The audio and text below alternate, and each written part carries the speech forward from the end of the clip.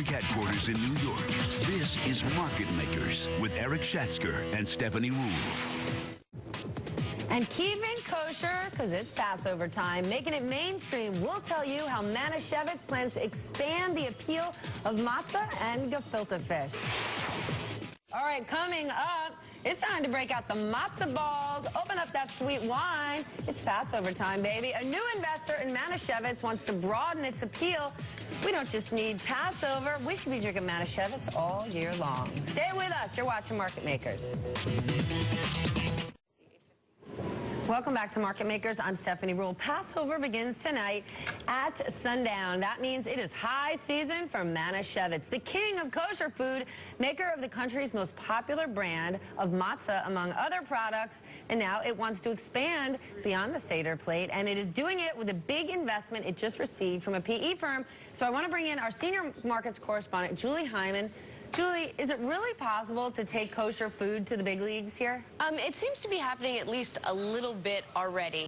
So Sankaty Advisors, which is an affiliate of Bain Capital, in Boston, who made the investment in this company. Mark Weinstein, who is the interim CEO, I just spoke to him a little while ago, and he talked about some specific products that might be able to sort of broaden the appeal. He talked about chicken broth as an example, macaroons another example, which are very well known as a Passover dessert. But he said, why wouldn't you have macaroons all year long? And it's true, macaroons are pretty good, not just on Passover. And he said, really, you have to emphasize this is still a kosher brand. It's an iconic kosher brand. They don't want to alienate the core audience by any means.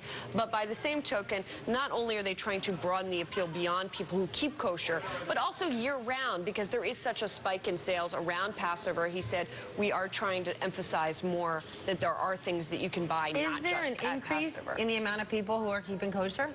That is unclear. You know, there's surprisingly little data on the market for kosher foods. The latest data I could find was from a company called Mintel, which they did a survey back in 2008, 2009, and found that the kosher food market was about $12.5 billion in 2008. They also found that there had been an increase in the number of kosher products available, in part because brands were getting kosher certification. So it wasn't necessarily that there were new kosher brands being introduced, but say your packaged soup, for example, is now certified kosher. That would be But don't people want that in this world of Gwyneth Paltrow, where everyone is clean eating? Yes. Isn't the idea to eat kosher or to use kosher products better than your typical Campbell soup, which is filled?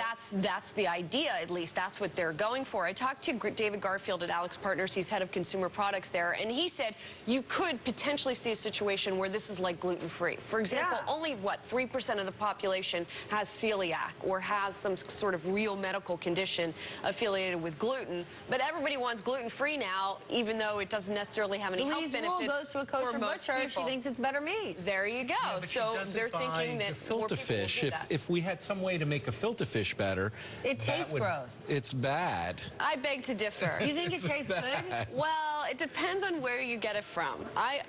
The fish, the gefilte fish is where I'm getting it from, and it tastes gross. Full admission, I don't buy mine from Manischewitz. I get it from Russ and Daughters on the Lower East Side.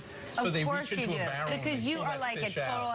You get to pick the fish. I mean, Russ and Daughters is for like all Jewish hipsters. So I mean, come on there. It is delicious, though. You get to look at the tank and pick the gefilte fish that you want. And yes, you see it swimming in there, and then they pull it out and kill it right there for you. The one thing that I learned this year about Passover food is quinoa. Quinoa is, or as I like to call it, quinoa. Quinoa. You can have that on Passover, yes. As far as I know, Manischewitz does not have a quinoa line. Not yet. All right, Manischewitz, they've got a lot to celebrate this week, not just Passover. Julie Hyman, sorry, Manischewitz, she's a fan of Russ and Daughters. She's that cool. All right, thank you for the update.